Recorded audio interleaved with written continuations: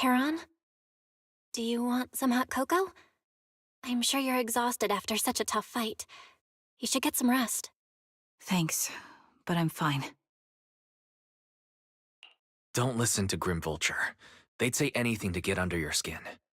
Once we start doubting the truth, we've fallen into their trap. No, Proxy. I think Grim Vulture has a point. Maybe it's all just in my head. The things Grim Vulture left. When I touched them, I was reminded of the day the old capital fell. I felt the same sensation when I touched an injured comrade. I tried to shake off that feeling, but the truth is, I can't stop thinking about the possibility that all my squad mates are dead. Would you be willing to share more? What really happened on the day the old capital fell with you and the Liar Squad? That day, in the first hour Hollow Zero started expanding, Defense Force HQ thought it was just a normal Hollow disaster, and thought they could suppress it with the standard amount of troops. Liar Squad was among the first troops sent there. Before we left, our superiors promised reinforcements would be on the way to support us in combat, so we didn't need to worry too much about facing the Ethereals. But soon after we began the mission, we realized things weren't going to go like we thought. The Ethereals came at us like an endless tide.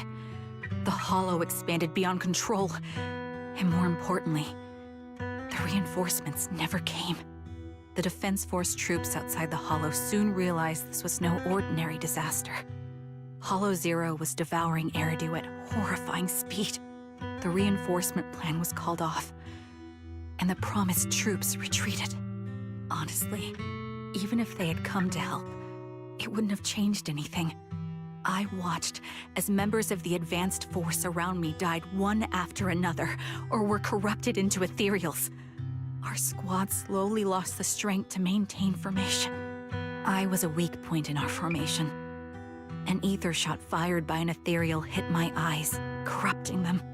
Because of that and several other wounds, I shortly lost consciousness. I'm not sure how long I was out, but just before losing my vision, I briefly regained consciousness. The last thing my eyes saw was my squad mate standing in front of me, looking back. When I woke up again, I was already back at base. The higher-ups detonated the Shiryu pillars, and finally managed to bring Hollow Zero under control. I don't know who rescued me from the Hollow, but none of my squad mates had made it out. For some reason, the image of my squad mates being the last thing I saw has stayed in my mind. It must be some kind of sign. A sign that they're still alive. Don't you think? They must have continued fighting after I fell unconscious, eventually getting lost in some hollow and losing contact with the main force, left to wander between the various hollows of New Eridu. That must have been what happened, right? The Defense Force? Civilians? No one believes me. So I decided to find them myself. The reason behind these eyes. It's got to be to guide me to finding them still alive. Am I wrong, Proxy? Are these eyes pointless? I knew that's what you thought. Interpreting what my eyes see as proof my squad mates are still alive is just wishful thinking. But if they're really gone, why would I have been given these eyes, which bring nothing but pain? If they're truly no longer alive, how can I apologize to them in person? Tell them I'm sorry. Sorry for being so weak. Sorry that I failed to protect them. Their faces are all so blurry. I can't see their expressions. I can't even bear to look at them. If their final look at me was filled with resentment and disappointment, I wouldn't know how to handle it.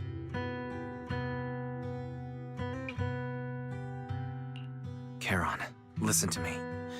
Even if everyone else thinks you're wrong, Belle and I will always stand by your resolve to find your squad mates. You don't need to make any justifications, because someone close to us is missing too, and we desperately hope she's still alive. Even if the whole world doesn't understand, we will never give up. But I also think, being consumed by this obsession, unable to move forward, that's not what those who matter to us would want. That's right. Charon, you're a very kind person. Maybe that's why you feel responsible for protecting everyone, and regret when you can't do enough. but you don't have to carry it all on your own. Yeah, you can trust us to have your back. We're certain that Grim Vulture hasn't killed the client yet. As long as we have a lead, there's still hope, and we'll be your support. Your will and determination shouldn't be dismissed. No matter how things turn out, we'll stand by your side, and we'll face it together. Proxy, thank you. I feel better now. At the very least, I want to keep investigating. I'm not just going to stop here. Sorry to disturb you at this hour. Did you go investigate that new holo? How's it going? Oh, never mind. The client just shared a new location with me on Knock Knock. They're pretty eager, huh? Which holo is it this time? No, it's not a holo. If I'm reading this right, this location is Scott Outpost. Scott Outpost? Isn't that managed by the Defense Force and White Star Institute? What's Grim Vulture up to? It's Remembrance Day. Don't you recall what Aaron said before? They're holding an event right now, and the place will be open to the public. So they're not trying to lure us into a holo this time. What's the deal? Are they trying to taunt us? Whether it's a provocation or a trap, I'm not missing any chance to face Grim Vulture. Proxy, will you go with me?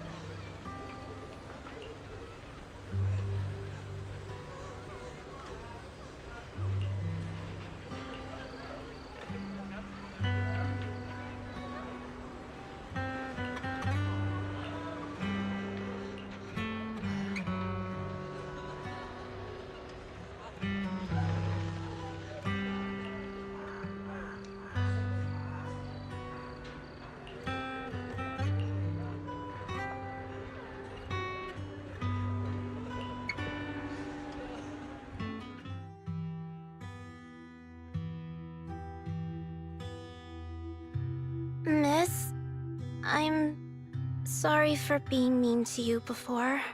Mom told me you were protecting Dad until the very last moment before you passed out. I shouldn't have said you left him to die. I'm really sorry. Zeta was really young when it happened, so she was too little to understand, and I haven't really talked about it. I hope she didn't upset you. No, she was right. If only I'd been strong enough to take down most of the ethereals, maybe they wouldn't have ended up in that situation. Oh, that's not fair. The old capital was falling. No single person's strength could ever be the deciding factor in the face of a disaster like that. In spite of it all, you survived. If they were still here, I'm sure they'd see that as something to celebrate. I've always known the truth. I failed to protect them. A weakling like me survived, and the rest of them disappeared without a trace. This isn't solace. It's the worst possible outcome. That's something I can't face. I've never had the courage to tell you I couldn't protect your loved ones. All I can do is wander New Eridu, hoping to find some trace of them. Even after all this time, I still haven't accomplished anything. I'm sorry. You really don't know us at all. This isn't the worst possible outcome by any means. Styx, my husband, and all his comrades who lost their lives, each one of them left behind their own legacy. Just look all around you. Everyone standing before you is a legacy they protected that is carried on to this day. After my husband passed away, Zeta and I received survivor benefits. And with all the odd jobs I've been doing, we've managed to get to where we are today. Styx always wanted our daughter to study art, and Zeta's interested in it too. Now, that dream has become a reality. She just got accepted into the art school in Janus Quarter. Mom and I have our tough days, but I often think of Dad's cheerful laughter, and that memory gives me the strength to keep pushing through. One day, it'll all pay off, just like it has now. Thank you for always being by my husband's side, even at the very end. Well, I suppose you must have heard about my condition from my son. Ethel, Kakaitis used to tell me about you. He often took leave or skipped work to earn extra money by part-timing, or to care for you when you were sick in bed. Yes, that's true, but I bet he never told you my illness became so bad that I needed major surgery, and he worked his tail off to raise the money. Who would have thought he would pass before me? I used the benefits from his death for the surgery, and that's the only reason I'm here today. In a way, his passing allowed my life to continue. Every time I think about it, I feel like I need to keep my body healthy and live a few more years.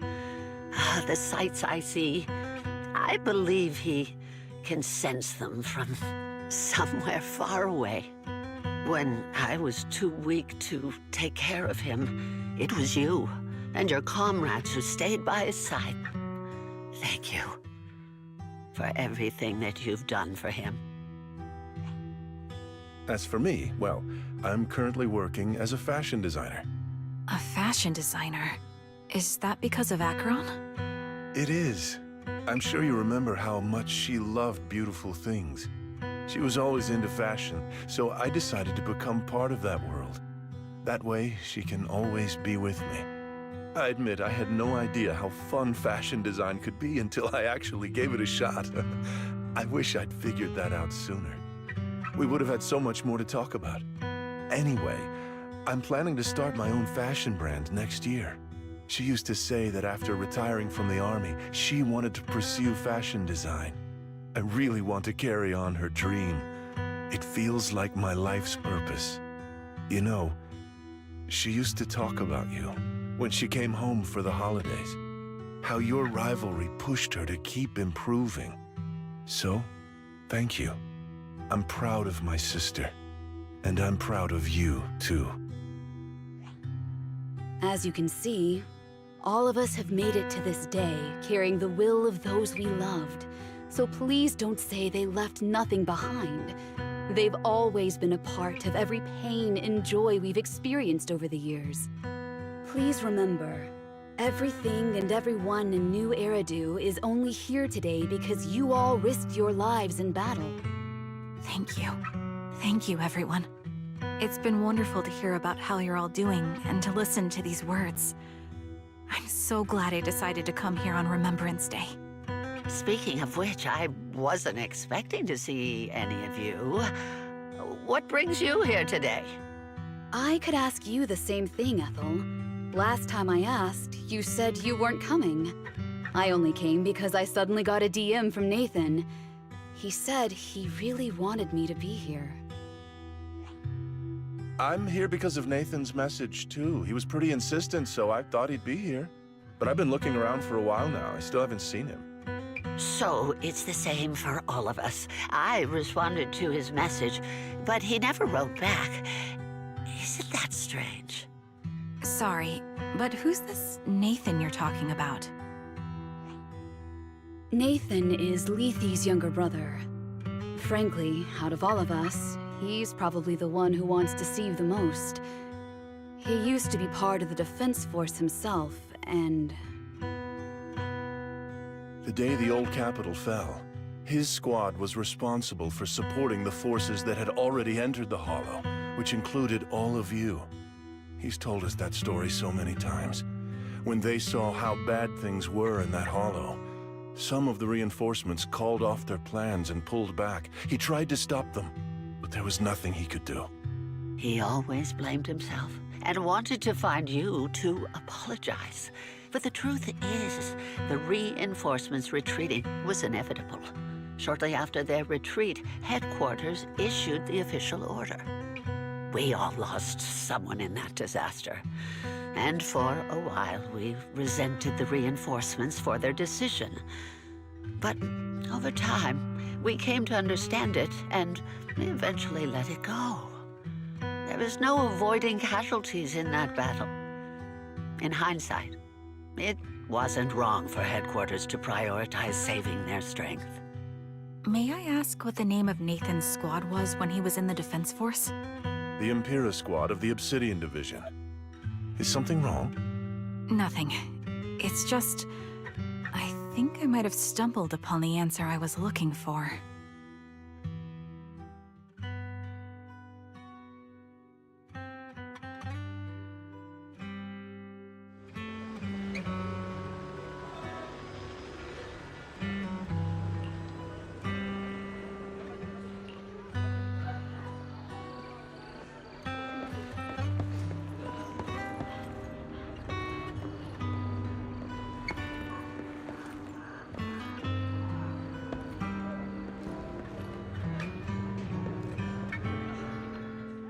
Is that Zoe on the podium? Is she here to speak on behalf of the soldiers? A decorated veteran. That seems fitting. But I don't see Jesse or Aaron around. Didn't they come? Everyone please, quiet down. Zoe, of Nemesis Squad, a representative of the veterans, will now deliver the Remembrance Day speech. Hello, everyone. I'm honored to stand here and speak on behalf of all of the soldiers of the Defense Force. Today, we gather to commemorate Remembrance Day, a day born from the tragedy of the old capital's fall. Many of us lost relatives or friends in the disaster, and I am no exception. Every member of my squad perished in that battle, leaving me as the only survivor. Losing the friends you cherish to the Hollow is a pain that never fades. It's a sorrow that will stay with us, now and forever. However, to the families of the fallen soldiers, hold your heads high with pride for your loved ones who gave their lives. They fought to the very last moment when the old capital fell. Death isn't the end, nor dishonor. It is their eternal medal. They gave their lives facing an unstoppable disaster, exchanging their sacrifice for the world we have today. In doing so, they fulfilled their duties as soldiers to perfection. Without the blood they spilled, Eridu would not have endured, and new Eridu would never have risen from the ashes. In honor of the wishes of the departed, look ahead, people of New Eridu. Our thoughts and remembrance of those who passed will be carried in every flicker of candlelight and in every bouquet of flowers.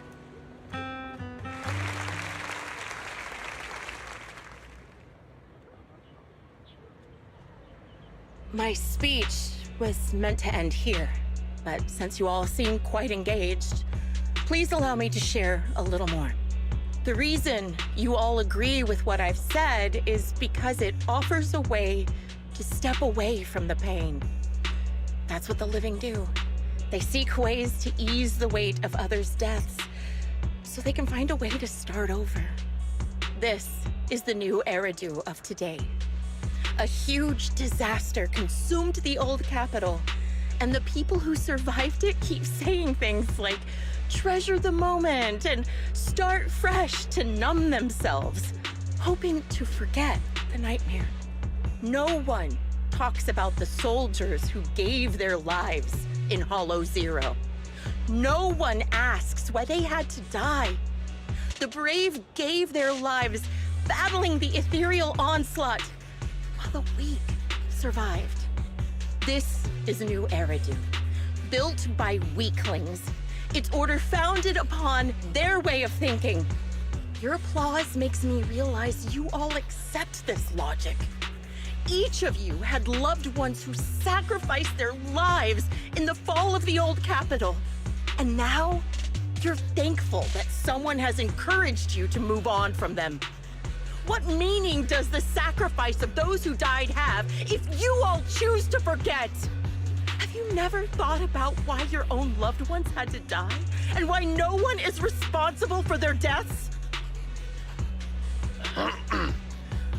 Miss Zoe, there's not much time left for your, Open your eyes! I'm speaking to those who have lost loved ones! If death is the medal for the fallen, then pain is the cross the living must bear. If you fear its weight and run from the suffering, the soldiers will never find peace in their eternal rest. To tear the wound open once again, so you'll never forget the searing pain! That's the real meaning of Remembrance Day! I don't agree. Charon, I didn't expect you to be here for Remembrance Day. How are things going with your search? Seems like you have something to say. Among the people standing here, there's a woman who raised her daughter with the survivor benefits left by her husband. Another who's been able to carry on with her life thanks to the final efforts of her child. And yet another who's found purpose because of the influence of his late sister. The will of the deceased lives on in every person here. The soldiers who died during the fall of the old capital fought for this. The future that their loved ones are making for themselves now. The old me might have agreed with what you said, but someone taught me that pain and hardship can lead to hope. They helped me see that hope could be inherited, not just destroyed when life fades. That's why I believe the departed didn't leave us wounded or with a heavy cross to bear, but with a melody. Each of us holds a harmonica that plays the melody of life. At first, it may sound awkward, but it will eventually flow smoothly, taking on our own style, until it merges with our soul. You seem quite certain about what you're saying. Tell me then, what kind of melody is left behind by those we've lost? I'm not sure. I can't picture the exact melody, but I trust the answer I've chosen. And I trust everything I've seen and heard. A vague and insubstantial answer, isn't it? I was right about you, Charon. From the moment we met, I knew we'd never really understand each other. I'm sorry you feel that way. Everyone, I apologize for taking up your time. My speech ends here. Please feel free to continue with your visit.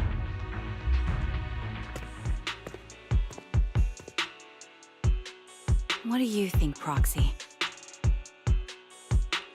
Her demeanor and what she said earlier. Something was clearly off. I have a bad feeling. You mean about her real identity, right? Looks like we're on the same page. Shielded by her identity as a decorated soldier, she seemed pretty confident that we wouldn't confront her directly on military ground like at the outpost. She arrived so brazenly and left without a care. If I'm right about this, she'll be trying to contact us again in no time.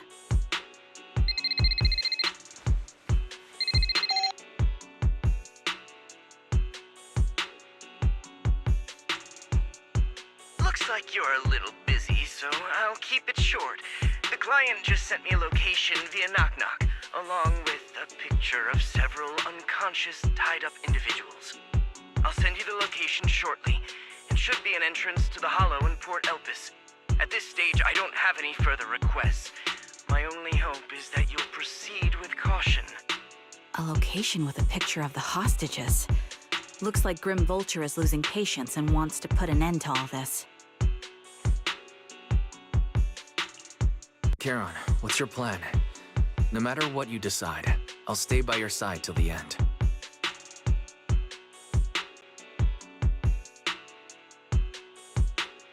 I've made up my mind. Proxy, please accept my official commission.